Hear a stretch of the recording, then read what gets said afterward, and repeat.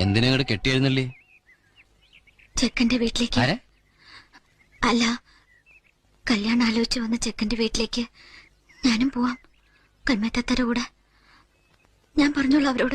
വേണ്ട, ഇത്രയൊക്കെ കാട്ടിക്കൂട്ടിട്ട് നിന്നെ വിശ്വസിക്കണല്ലേ? എനിക്കൊന്നും അറിയില്ലായിരുന്നു.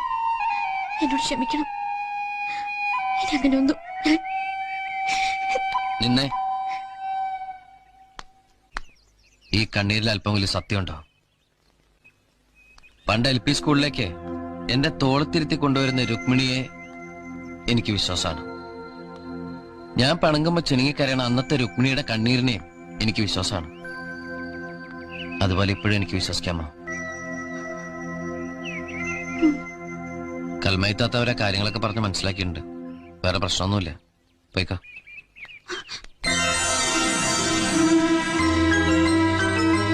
സോറി.